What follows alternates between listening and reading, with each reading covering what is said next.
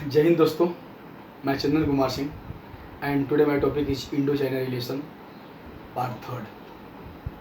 Part two में already मैंने बता रखा है कि 10 अक्टूबर 1962 को चाइना फर्स्ट अटैक लॉन्च करता है ईस्टर्न सेक्टर के थगला रेंज पर।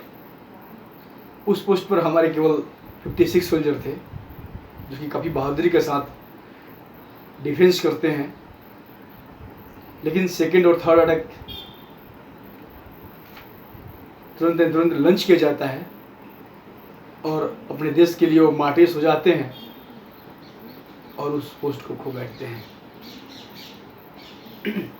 लेकिन इसके बाद चाइना वहाँ रुकता नहीं है और जो आगे बढ़ता है, यानी कि 10 दिन के बाद जो एक्चुअल ऑफिशियल लड़ाई शुरू होती है दोनों देशों के बीच में, वो 20 अक्टूबर 1962 को शुरू होती है। यानी 18 अक्टूबर को चाइना के अंदर एक मीटिंग होता है और उस मीटिंग में ये बताया जाता है जिसके हाईएस्ट मिलिट्री लीडर थे, जो वहाँ के डिक्टेटर थे, माओ जेडंग, बात करते हैं कि इंडियन प्राइम मिनिस्टर पंडित जवाहरलाल नेहरू वेस्टर्न सेक्टर में लद्दाख को यानी मैकार्टनी मैकडोनल्ड लाइन को क्रॉस करना चाहते हैं और ईस्टर्न सेक्टर में मैकमोहन लाइन को क्रॉस करना चाहते हैं, जो कि चाइना के द्वारा एक्सेप्ट नहीं है और चाइना निश्चित वार के लिए जाएगा। इस डिसीजन के साथ ही 19 अक्टूबर को उनकी जो तैयारी होती है पुख्ता होती है और अपने सोल्जर को ईस्टर्न सेक्टर में ज़्यादा से ज़्यादा भेजते हैं। एक तवांग सिटी है अरुणाचल प्रदेश में, उनके प्लान उस अरुणाचल प्रदेश को उस तवांग को कैप्चर करने के लिए होता है। उसी बीच इंडिया में जो इंडियन हाईएस्ट मिलिट्री लीडर थे, यहाँ तक कि जनरल जेएस ढिल्लों साहब भी कहते हैं, यानी कि वार को रूल्ड आउट करते हैं। बोलते हैं कि चाइनीज के ऊपर जहाँ तक मेरा एक्सपीरियंस है कि 2-4 फायर खोल दो, कुछ छोड़ के भाग जाते हैं, बॉर्डर छोड़ के भाग जाते हैं। यानी इंडिया अपनी तैयारी पुख्ता नहीं की थी और अब भी उन्हें विश्वास नहीं था कि वाकई चाइना वार के लिए जाएगा। इसके बाद कहा यह जाता है कि 20 अक्टूबर को सुबह 5:13 पर चाइना अटैक लॉन्च करता है, काफ़ी हेवी मोटार और गन से फायर डालता है और 7 घंटे तक कंटिन्यू ये फर्स्ट अटैक सेकंड अटैक चलते रहता है। इंडिया का ये सूझबूझ के कंडीशन ये होता है कि वहाँ से अपने सोल्जर्स को एक बैक स्टेप लेते हैं और अपने सोल्जर को सेव करते हुए उस पोस्ट को छोड़ देते हैं। यानी तवांग 24 अक्टूबर तक कब्जा हो चुका था। ये तो बात हुई ईस्टर्न सेक्टर की। उसी तरह से वेस्टर्न सेक्टर में भी अटैक हो रखा था, जहाँ पर दिप्सांग प्लेन में दौलत बेग ओल्डी, गलवान वैली,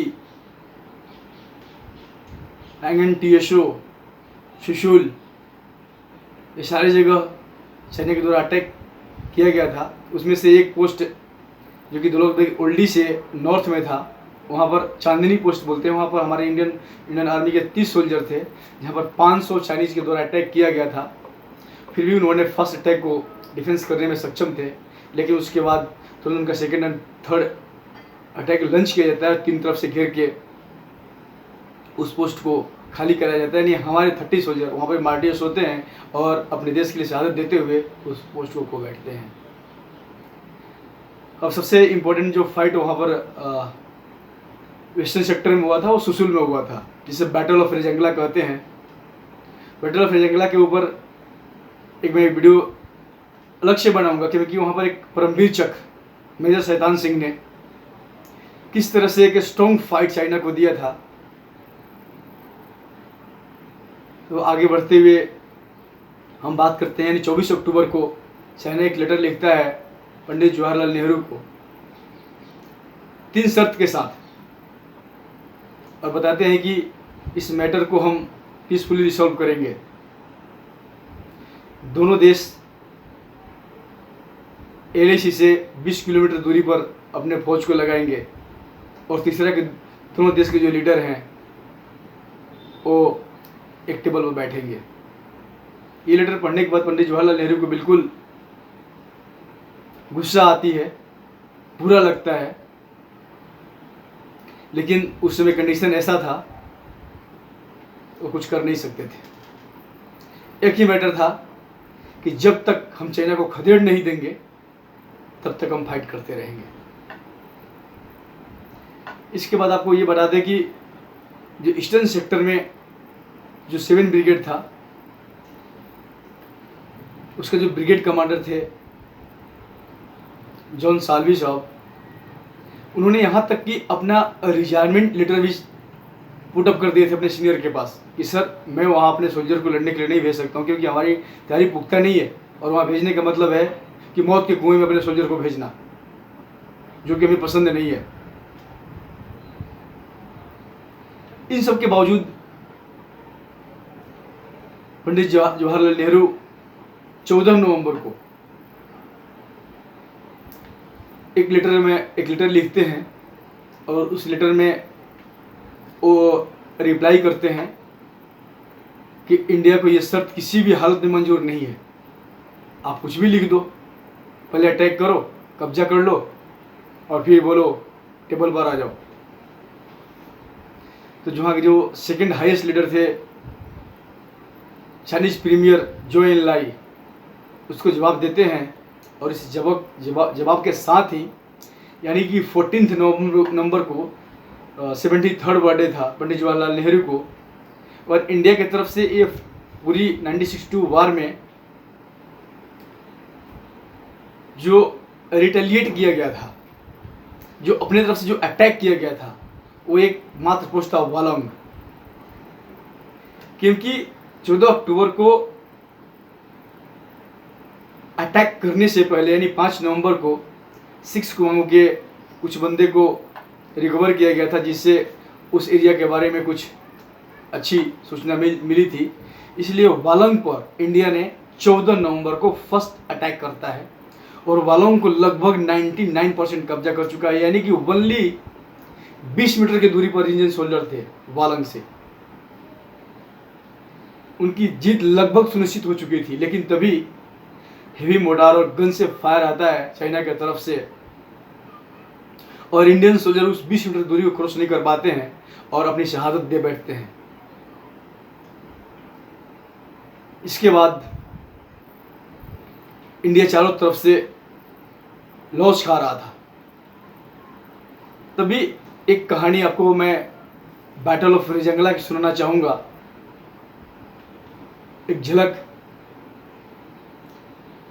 कि बैटल ऑफ रेजंगला में 13 कुमाऊं के 117 सोल्जर थे, जिसका कमांडर मेजर शैतान सिंह थे।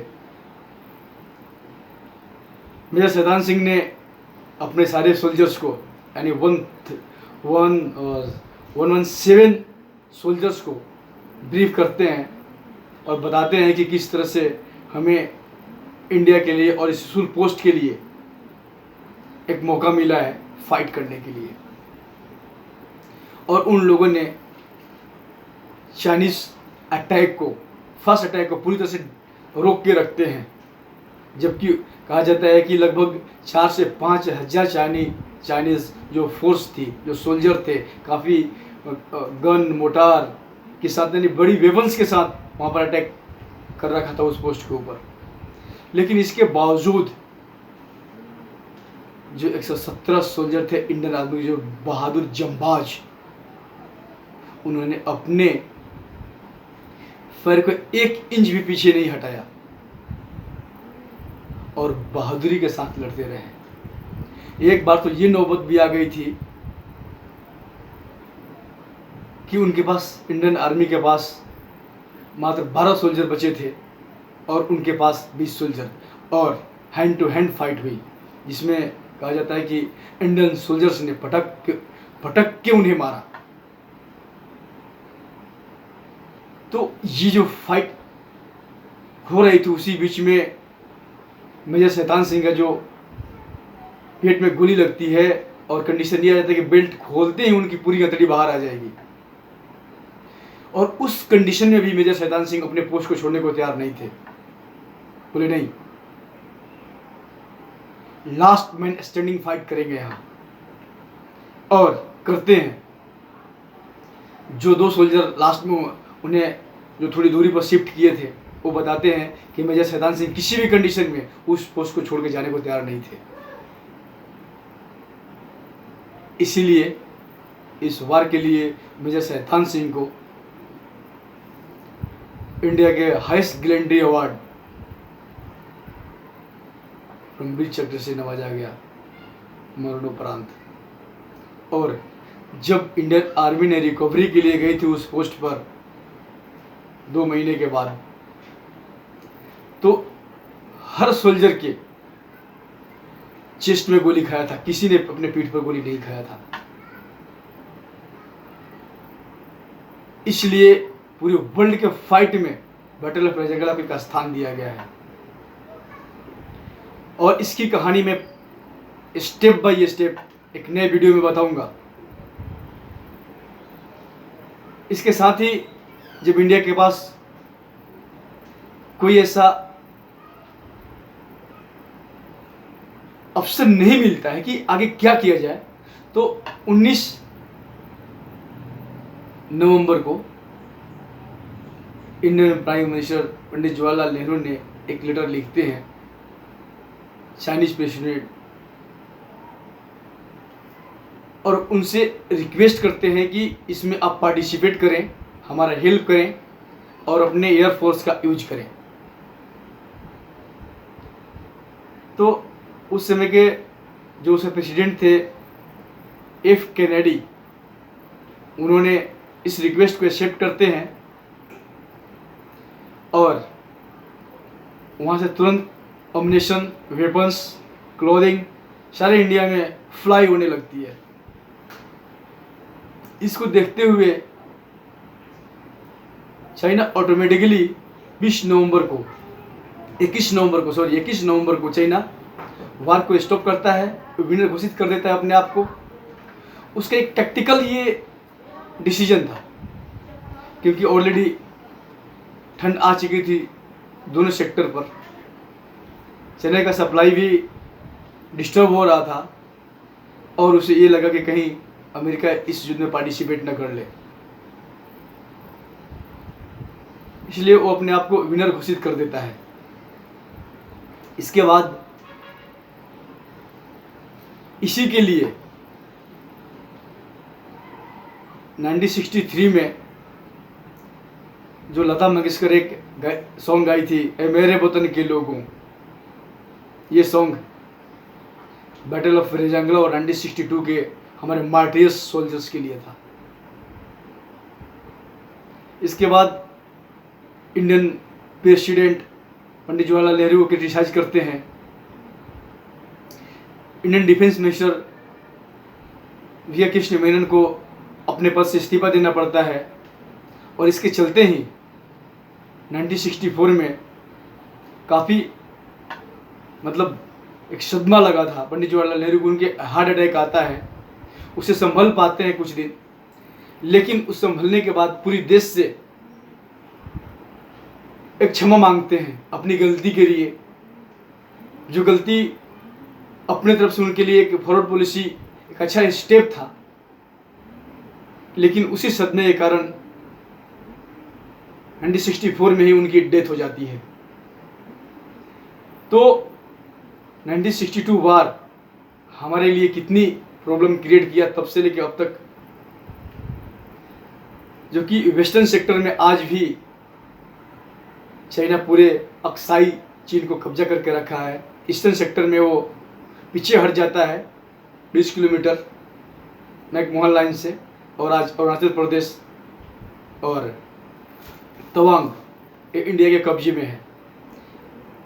लेकिन दोस्तों बात ये करनी है कि जो भी गलती होती है, चाहे वो कोई सोल्जर हो, कोई नॉर्मल इंसान हो, कोई लीडर हो या पॉलिटिशियन हो, एक्सेप्ट करना चाहिए।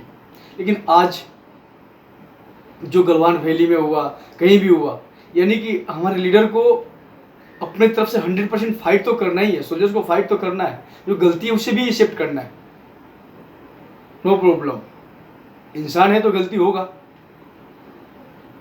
तो दोस्तों ये 1962 वार का मेरी तरफ से एक छोटा सा एक्सप्लेनेशन था। इसके बाद मैं पार्ट 4 वीडियो भी बनाऊंगा, जिसमें मैं आपको इंडिया एंड चाइना के और भी कुछ इश्यूज हैं उसके ऊपर बात करेंगे।